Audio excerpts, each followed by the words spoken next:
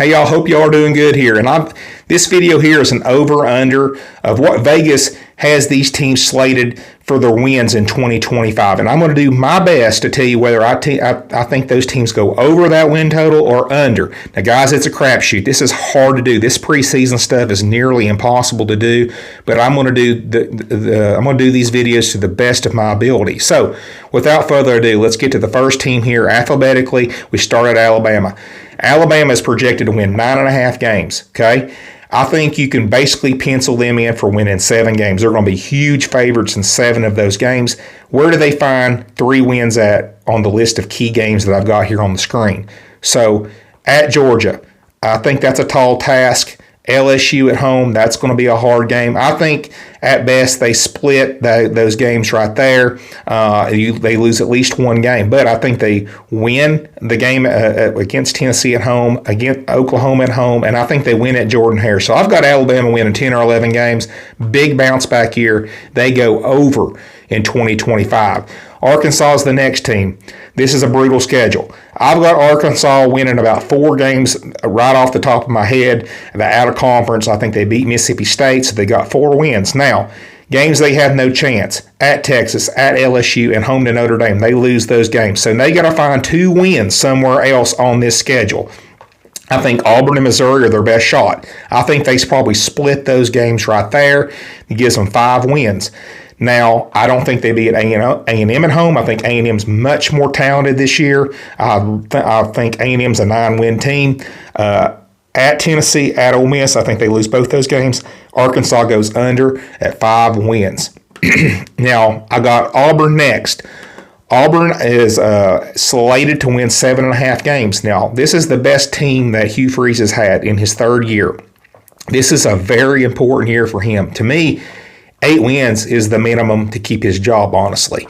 So when you look at Auburn's schedule, there's 3 out-of-conference games I think they definitely win, and then they've got 2 SEC games that I think they win. They got Vandy and they got Kentucky. So Auburn right there is sitting at 5 wins. Now, the key games that I have on this screen here, they've got to find 3 wins somewhere. I think they win the first game of the year against Baylor, at Baylor. That's going to be a hard game at Baylor.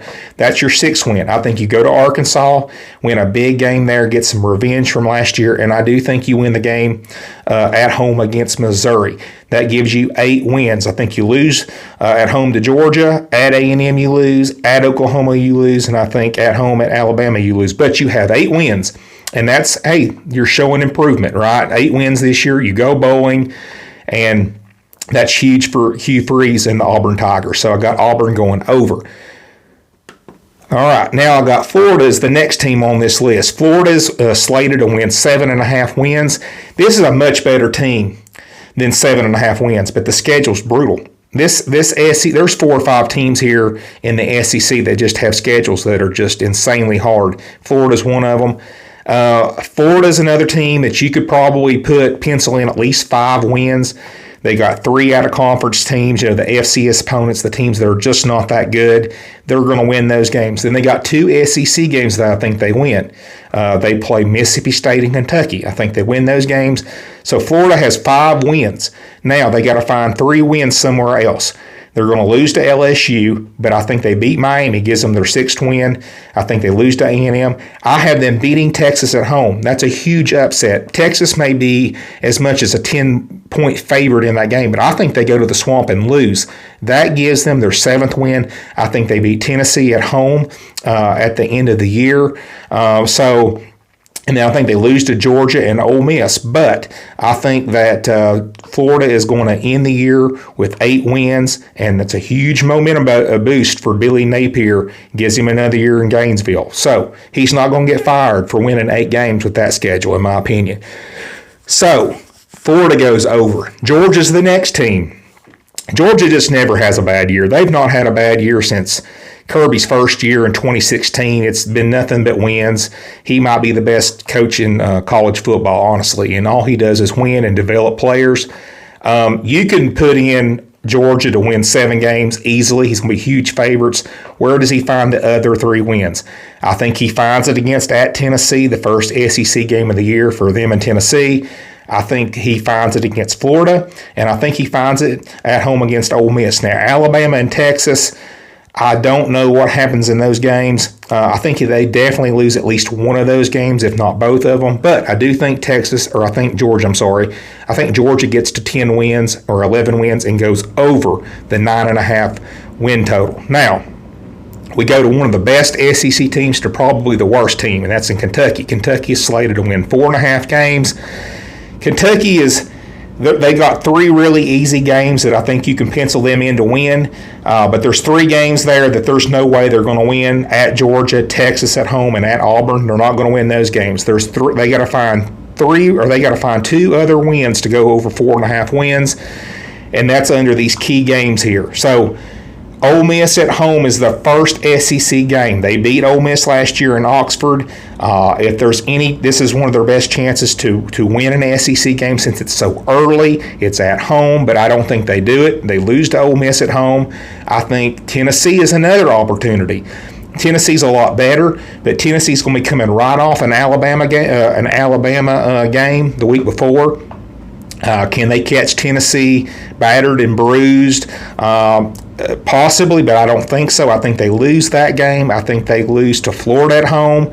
Now, they've beat Florida like 4 out of the last 5 years, but I think Florida beats them. I think Vanderbilt is like their only chance to maybe win one of these key games. And Louisville to close the year out, I think they lose that game. So I think at most Kentucky wins 4 games. Mark Stoops is fired. They go under. Now, LSU going to be much better this year, but this schedule's brutal. I don't know who's been scheduling the first game of the year for them, but they just can't catch a break. They've been playing Florida State, USC, and just all these really tough first games of the year, and this year is the worst year. They got a LSU team they got a Clemson team that's ranked number 6 at home in Death Valley. It's the other Death Valley. So, I don't know if they win at Clemson, but I definitely think you can pencil LSU in to win 5 games automatically. So let's look at the other games. I've got 7 games on here. They need to win at least 4 of those games after you pencil them in for 5 wins. So at Clemson, I actually lean Clemson. I think they beat Florida at home. I do think they lose to Alabama. I definitely think they win. Well, I don't definitely think, but I think they go to Oklahoma and win. I think they beat A&M, and I think they beat South Carolina. So I can confidently say I think LSU wins 9 games. Now, I don't know if they get to 10. I'm really torn on a 9 or 10 win team for LSU. The sad thing is, this is a playoff team. This team is really good. They got the best quarterback in the SEC in Garrett Nussmeier. But Clemson, at Alabama, at Ole Miss, that may just keep them to 9 wins.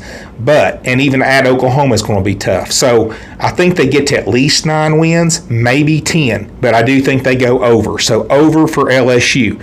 Now Mississippi State. Now Mississippi State's going to be improved this year, but the schedule's still brutal, like most SEC teams. You can pencil them in for 3 wins, and the out-of-conference section of this year, they got 3 real easy games. But outside of that, they got 4 games. There's no way they win. Georgia at home, Texas at home, at A&M, and at Florida. They're not winning those 4 games. So they've got to find 1 win somewhere there. Can they beat Arizona State at home? Can they beat Ole Miss at home? Can they go to Missouri? Can they beat Tennessee at home? Can they go to Arkansas and win? I do think they get a win there somewhere and get to 4 wins. I don't know which one. It might be Arizona State. It might be at Arkansas, at Missouri. I don't think they beat Tennessee or Ole Miss, but I do think they get the 4 wins somewhere. But I'm not confident in that pick. So, give me 1 second here. Let's go to Missouri. Now, this is a team, I'll be honest with you, I don't know much about them. They lose a lot of people, but they picked up a lot of people in the portal. I think they have a good defense. I like their offensive line.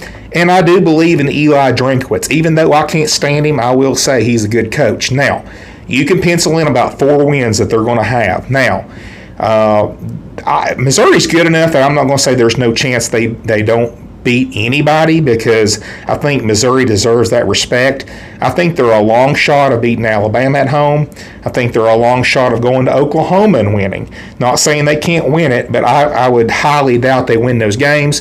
I think they win. I think they beat Kansas in the opening game of the year. South Carolina, I'm not sure on. A&M, I'm not sure on. At Vanderbilt, I think they probably win that game. That gives them 6 wins. And then at Arkansas, I think they win that game. So I think, and then they got the Auburn game there too. So I think between Auburn, A&M, and South Carolina, I think they split one of those games. I think that gets them to 8 wins. This is a year that Missouri is going to really sneak up on people, in my opinion. They're not expecting anything out of Missouri. Like the last 3 years, they've expected a lot out of Missouri. Brady Cook, Luther Burden. This year, they're going to be flying under the radar. But I think somehow, some way, this team's going to get to 8 wins. Now let's go to Oklahoma. Oklahoma might be the most improved team in the SEC this year. Now, Oklahoma fans, I was so down on your team last year. There was a lot of people saying Oklahoma could win 8 or 9 games. I said, no way. The offensive line was too sketchy. The quarterback situation was too sketchy. But this year, it's a much different story. Now, the problem is you might have the toughest schedule in the country. This schedule is brutal, brutal. There's only really 3 games that you can say Oklahoma's definitely going to win. Outside of that, it's a coin flip. I've got 6 games up here for Oklahoma. Can they win those games or not? Michigan, I lean Oklahoma where it's at home. I think they beat Michigan. That gives you 4 wins. Missouri, I think you probably win that game since it's at home. That's 5. Ole Miss, I actually think you beat Ole Miss at home. That gives you 6. That's a revenge game. Now, Auburn at Tennessee, LSU. I think you split either the Auburn or the Tennessee game. That gets you to 7 wins. And then the LSU game, I lean LSU in that game. But I think I'm pretty confident in when I say I think Oklahoma's going to get to at least 7 wins. This is a really good team, guys. John Mateer's coming. I think that wide receiver room, the offensive line is going to be much better this year. And defensively, they're going to be maybe a top 10, top 15 defense this year. So Oklahoma's going to be much, much improved this year. And they may win way more than 7 games. But I definitely think they win at least 7 or 8 games, maybe more. This team has the capabilities of upsetting a lot of teams and ruining their season. So Oklahoma definitely going over the 6.5 win total. Now, let's go to Ole Miss. Ole Miss last year was crazy loaded. Jackson Dart, they had 2 really good receivers. Defensive line was nasty. Defensively, best rush defense in the country. Now, they're losing 14 starters from that team. Now, Austin Simmons is coming back. Austin Simmons is a new QB, but he's not really that new. He's been in that system like 3 years. He has played some in the games. So I don't really think he's that brand new. He's not going to be like a true freshman coming in there. Ole Miss has got maybe one of the most favorable schedules, in my opinion, this year, too. I think you can basically write them in for 6 wins. Now, I've got key games up here. Can they win? Can they win against LSU at home? Can they go to Oklahoma? Can they beat South Carolina? And can they beat Florida at home? So I think they probably split those games right there. I've got Ole Miss winning 8 games. I think they actually go under this year on their win total. I'm not very confident on that. Lane Kiffin's done such a great job recruiting and developing, and this offense may be much better than what I think they are defensively. They may be much better, but I just think they lose so many people. They lose 14 starters. I just think they don't quite get to the 9 win total. I think they win 8 games, and I do think they're much better next year, but this year, 8 wins for Ole Miss. So they go under. Now, South Carolina's the next team. They're a trendy pick. They won 9 games, and a lot of people think South Carolina's going to be better this year. Well, I say hold your horses. And it's no disrespect to South Carolina either. I'm a huge Lenore Sellers fan. I'm a huge Dylan Stewart fan on the defensive side. And they got Nick Harbor at receiver. They got some really good players. And, I think, Shane Beamer's done a great job at South Carolina. But, man, you look at that schedule. It is a tough schedule. Brutal schedule. You can only really look at their schedule and say there's a definite 2 wins. That's how tough this schedule is. You got to open the season up against Virginia Tech. It's at home. I think you win that game, but that's not a surefire win. You got to close the year out at Clemson at home.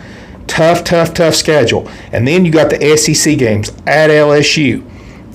You got Oklahoma coming there to come into Williams-Brice. You got Alabama coming to play at home. You got to go to Ole Miss, team that beat you last year. You got A&M. You got to go to A&M. I didn't put that on the screen right, but yeah, you got to go to A&M this year as well. So it's a tough schedule. I don't think you get to 8 wins. I think you probably beat Missouri. I actually think you probably beat Oklahoma too at home, which would give you 4 wins. Alabama toss up. I lean Alabama. I think you lose to A&M. I think you definitely get to probably 7 wins, but I would not go over 7.5 wins. And it's not due to South Carolina not being that good. I just think that schedule is that hard. There's just so many tough, like my Tennessee Vols, for example, much easier schedule to navigate. I don't think Tennessee's any better than South Carolina is on paper, honestly, but the schedule is just easier for Tennessee to navigate versus South Carolina's schedule. So I do think you go under. I think you probably win about 7 games. But if Lenore Sellers can play amazing and stay injury-free, hey, I think South Carolina's a team that can win even up to 9 games. But I don't think they go over 7.5. I got them going under. Now, speaking of my Tennessee Vols, the next team, Vegas has got them projected to win 8.5 wins. Now, guys, I've been a huge hypocrite on this, and you can call me a homer all you want. In my projections earlier, a couple months ago, I had Tennessee winning 8 wins. I actually think they get to 9 wins. Now, pump your brakes on call me names. I'm going to tell you why I think they get to 9 wins the more I've marinated on it and thought about it.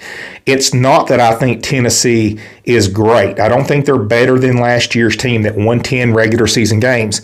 I think this season and this schedule is more manageable. Tennessee is going to be huge favorites in at least 8 of the games. Huge favorites, probably double-digit favorites. They play Mississippi State at Mississippi State, huge favorite. Kentucky at Kentucky, huge favorite. They're going to be a huge favorite at home against Vanderbilt. And then they've got out-of-conference games, Syracuse, and a bunch of ETSU, just a bunch of easy games. Now, Syracuse isn't that easy, but a lot of games they should easily win. So there's 8 games there they should win. They've got to find one more win to go over 8.5 wins. Now, they play Georgia at home, at Alabama, Oklahoma at home, and they play at Florida. So I do think somewhere along the way, I don't know which game it will be, probably not at Alabama, more than likely not Georgia at home, even though I do think they have a good chance of beating Georgia at home, just where it is on the schedule. But I do think they either beat Oklahoma or at Florida, either one of those games. And I think Tennessee does get to 9 wins the more I look at that schedule and how it's easy to navigate, because it's just not that hard. Tennessee has one of the easiest schedules in the SEC in 2025. It's one of the easiest. Them and Ole Miss have a pretty darn easy schedule. So I do have Tennessee going over the win total in 2025. Now, Texas is my next team. This is the most talented team right here. This team right here, top to bottom, is stacked.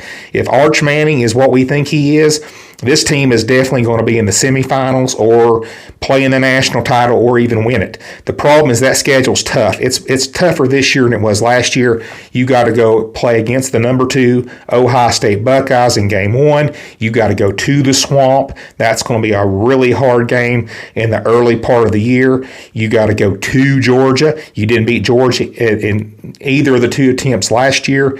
You got A&M at home. Now, you beat A&M last year at A&M, but A&M is going to be much better this year. So, I lean over. I do think you definitely lose probably 2 games, 1 or 2 games. I actually think you beat Ohio State. I think Ohio State's missing too many pieces. I think you got more people back.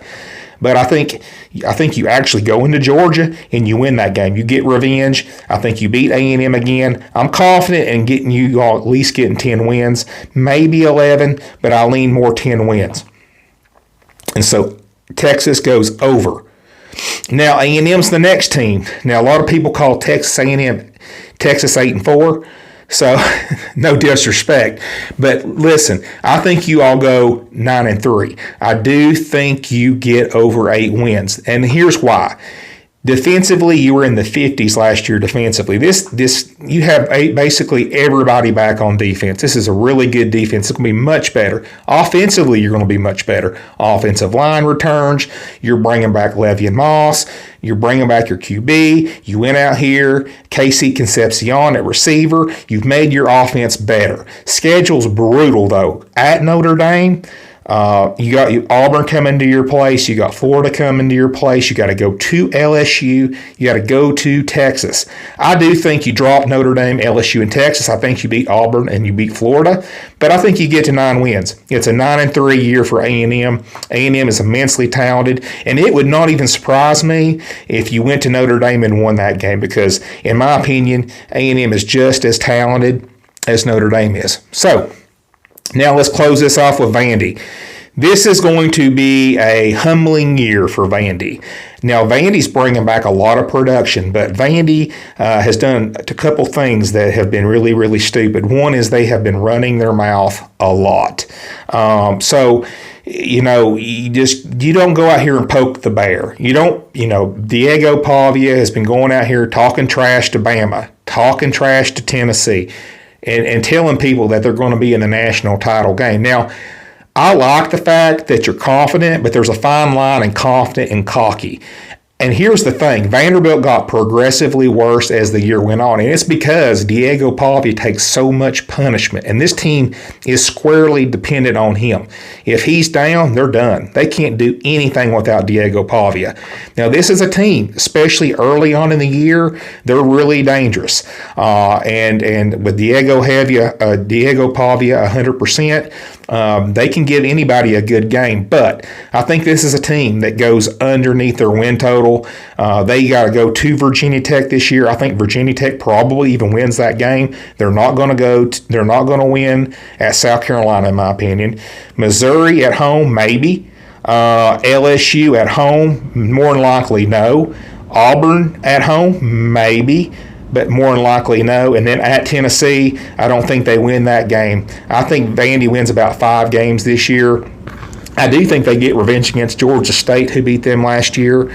But I think they're going to win about 4 or 5 games. Diego Pavia, no disrespect to him, he's a gamer. He is a great QB. But I do not think Vandy gets over 5.5 wins. Brutal schedule. They don't have the depth, and they're not catching anybody sleeping in 2025. Everybody's going to be ready for Vandy. So anyway, that's my predictions. They're 1 through 16 on the over-under on where DraftKings had these teams ending the year. Guys, appreciate you tuning in and listening to me talk. I'll talk to y'all later.